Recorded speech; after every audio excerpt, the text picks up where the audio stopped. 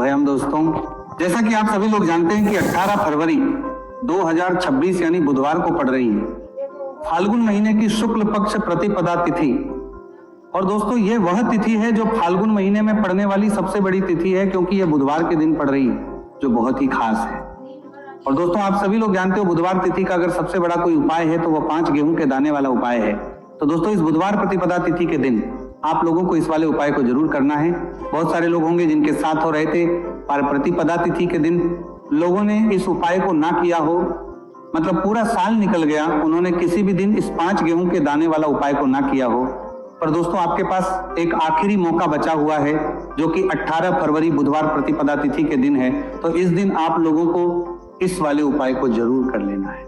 भले ही आपने पूरे साल भर इस उपाय को किया हो, पर अगर आपने इस फाल्गुन महीने के बुधवार प्रतिपदा तिथि के दिन अगर इस वाले उपाय को कर लिया तो आपको इस उपाय को करने का वो फल मिलेगा जिसकी आपने कभी कल्पना भी नहीं करी होगी। इसीलिए आप लोग इस वाले उपाय को एक बार जरूर कर लेना ताकि आप लोगों के हाथ से यह मौका ना जा सके और आपको इस उपाय को करने का फल मिल सके।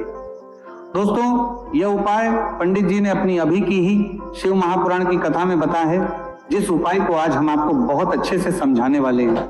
इस वीडियो को देखने के बाद इस उपाय को समझने के लिए आपको कोई और वीडियो को देखने की जरूरत नहीं पड़ेगी। तो चलिए दोस्तों उपाय को शुरू करते हैं। देखिए यह इस फाल्गुन महीने के बुधवार प्रतिपदा तिथि के दिन यह इतना खास होता है, इतना महत्वपूर्ण होता है, देखा गया है।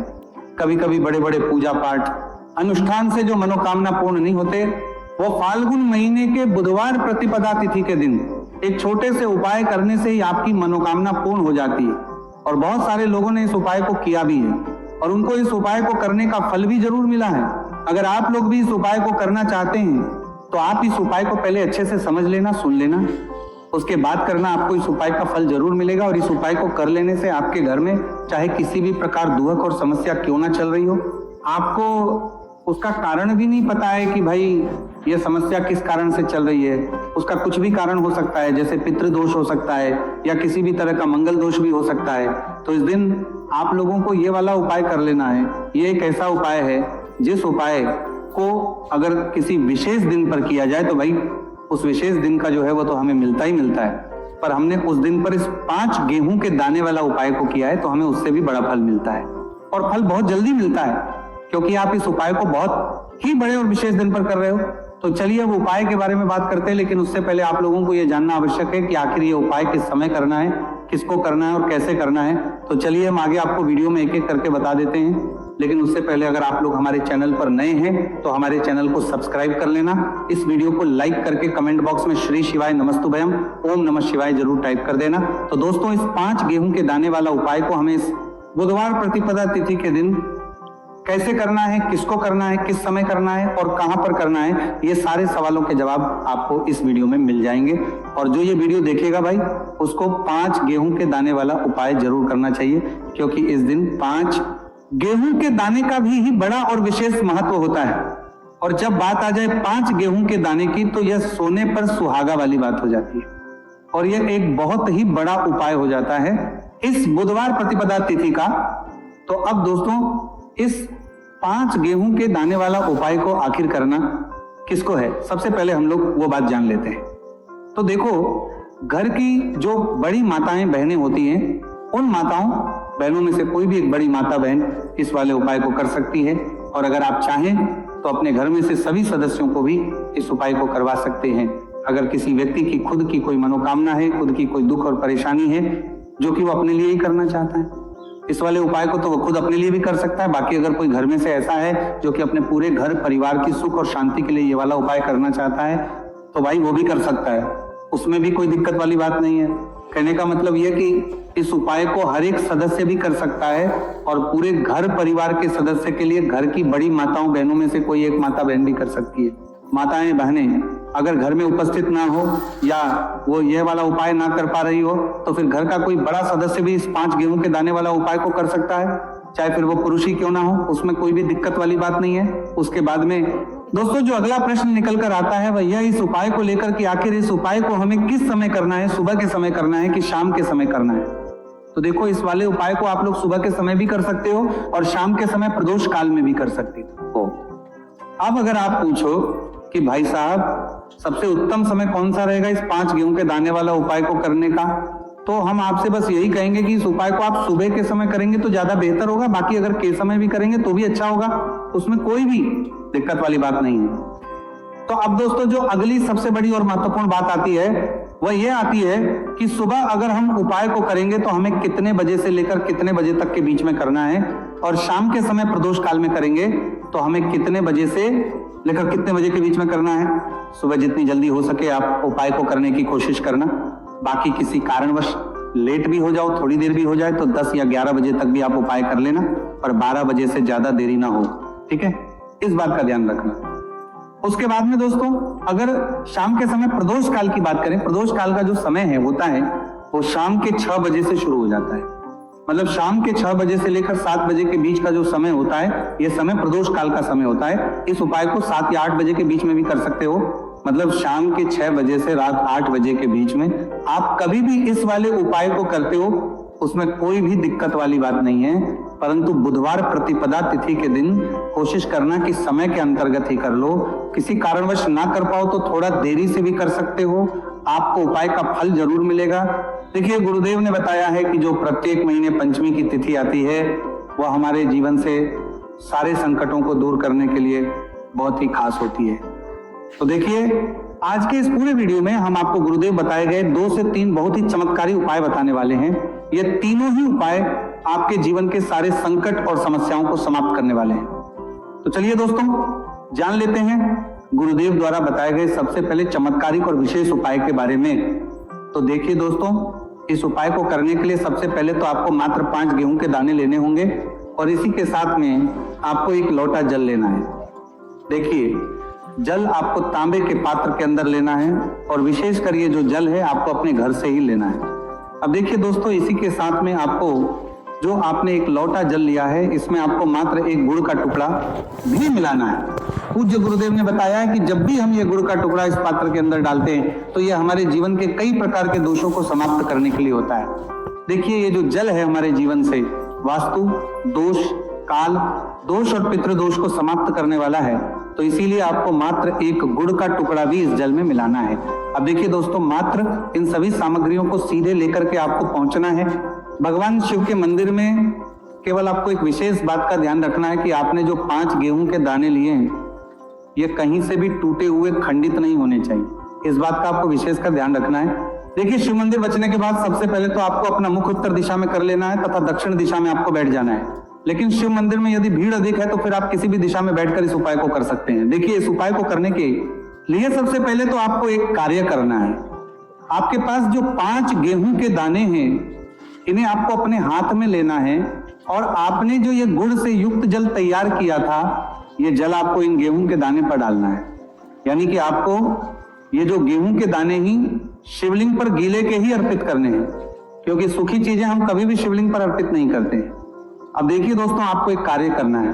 आपके पास 5 गेहूं के दाने हैं तो इनमें से आपको 4 गेहूं के दाने अलग कर लेने हैं और ये जो 4 गेहूं के दाने हैं इन्हें आपको एक साथ शिवलिंग पर जहां श्री गणेश जी का स्थान होता है, यानी कि शिवलिंग के सीधी तरफ जहां पर गणेश जी विराजमान होते हैं वहां पर आपको 4 गेहूं के दाने अर्पित कर देने हैं और आपको श्री शिवाय नमस्तु भयम या फिर ओम नमः शिवाय इस मंत्र का कम से कम 11 बार जाप कर लेना है। देखिए आपको 4 गेहूं के दाने शिवलिंग के सीधी तरफ अर्पित कर देने हैं। अब इसके बाद आपके पास जो अंतिम गेहूं का दाना बचा हुआ था, 5वां गेहूं का दाना, इससे आपको जो आपके पास जल का पात्र है उसमें डाल देना है और ये जो जल है इसे आपको धीरे धीरे भगवान शिव के शिवलिंग पर ही अर्पित कर देना होगा। श्री शिवाय नमस्तु भयम इस मंत्र का लगातार जाप करते हुए गुरु जी ने बताया है यह जल आपको इतने धीरे धीरे अर्पित करना है कि आप जल समर्पित करते हुए कम से कम 11 बार श्री शिवाय नमस्तु भयम इस मंत्र का जाप अवश्य कर सकें। अब आपको शिवलिंग के सामने बैठकर थोड़ी सी देर मंगलेश्वर महादेव का स्मरण कर लेना है, क्योंकि विशेषक यह प्रतिपदा तिथि बुधवार के दिन पड़ी है, इसीलिए आपको अवधूतेश्वर महादेव का स्मरण करना है। अब आपको आपके जीवन में जो भी असफलताएं चल रही हैं उन्हें दूर करने की प्रार्थना कर लेनी है। व्यापार में अगर आपको सफलता नहीं मिल पा रही है, आपका बच्चा पढ़ाई लिखाई नहीं कर पाता है या फिर आपके विवाह में विलंब हो रहा है, तो जिस भी प्रकार की आपकी समस्या है उसे आपको महादेव के समक्ष रख देना है। गुरुदेव ने बताया है जो भी व्यक्ति ये उपाय इस प्रकार से कर लेता है तो उसके जीवन की जो सारी परेशानियां हैं वह धीरे धीरे करके समाप्त होने लगती हैं। चलिए दोस्तों, हम जान लेते हैं गुरुदेव द्वारा बताए गए दूसरे खास उपाय के बारे में। देखिए, यह जो उपाय है आपके जीवन में चल रही कर्ज की समस्या को समाप्त करने के लिए है। देखिए, पूज्य गुरुदेव कहते हैं कि कई बार हम कर्ज तो ले लेते हैं, लेकिन उससे उतारते समय हमें कई प्रकार की कठिनाइयों का सामना करना पड़ता है। और जब हमारा ये कर्ज नहीं उतरता है तो हमारे दिमाग में केवल एक ही बात रहती है कि एक बार है कर्ज उतर जाए, उसके बाद में जीवन में कभी भी कर्ज नहीं लूंगा। तो विशेषकर जीवन से कर्ज से जुड़ी हुई समस्या को समाप्त करने के लिए आपको यह चमत्कारी उपाय करना है। देखिए, इस उपाय को करने के लिए सबसे पहले तो आपको मात्र एक लोटा शुद्ध जल लेना हो। तांबे के पात्र के अंदर अपने ही घर से, इसी के साथ में आपको मात्र एक गुड़ का टुकड़ा भी लेना होगा। गुड़ का टुकड़ा आपको मात्र छोटा सा ही लेना, और सबसे आखिर में आपको मात्र मसूर की दाल लेनी होगी। यदि आप चाहे तो मसूर की दाल 11 भी ले सकते हैं, या फिर 21, 41, 41, 41 या फिर 108, जितनी भी आपके पास मसूर की दाल उपलब्ध है उतनी मात्रा में आप मसूर की दाल ले सकते हैं। अब मात्र ये जो तीनों ही सामग्रियां हैं इन्हें सीधे लेकर के आपको पहुंचना है भगवान शिव के मंदिर में। पूज्य गुरुदेव ने बताया है कि यह उपाय चाहे तो शाम के समय में भी कर सकते हैं। शाम को प्रदोष काल के समय में यदि आप यह उपाय करते हैं तो आपके लिए सर्वोत्तम होता है।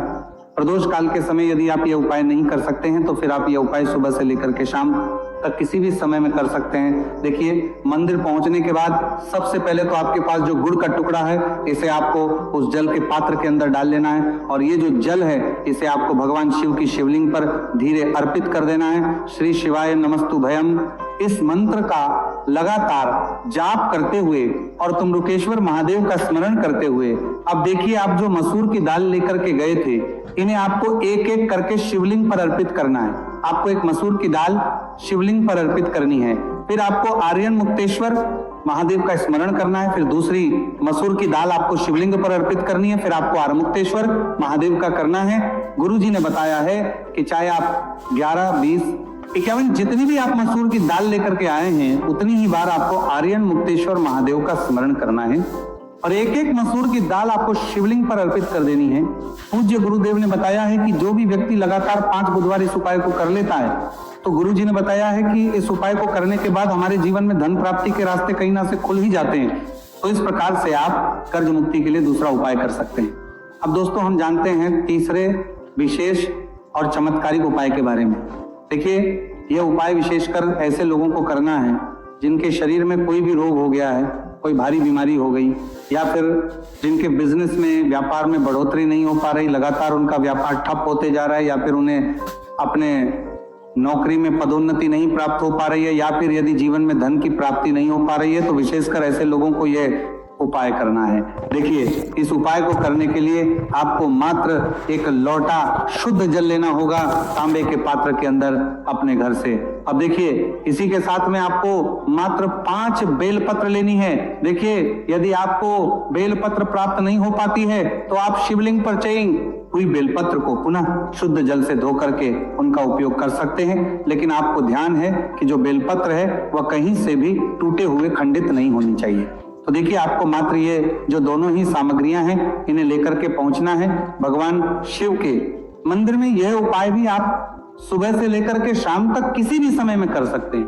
देखिए दोस्तों, मंदिर पहुंचने के बाद सबसे पहले तो आपके पास जो 5 बेलपत्र हैं, इन 5 ही बेलपत्र की डंडी को आपको पकड़ करके और शिवलिंग पर, जहां श्री गणेश जी का स्थान होता है, वहां पर आपको ये बेलपत्रियां स्पर्श, आपको ये बेलपत्रियां रखनी नहीं है, केवल आपको टच करवानी है। आपको 5 बेलपत्र को एक साथ स्पर्श करवानी है।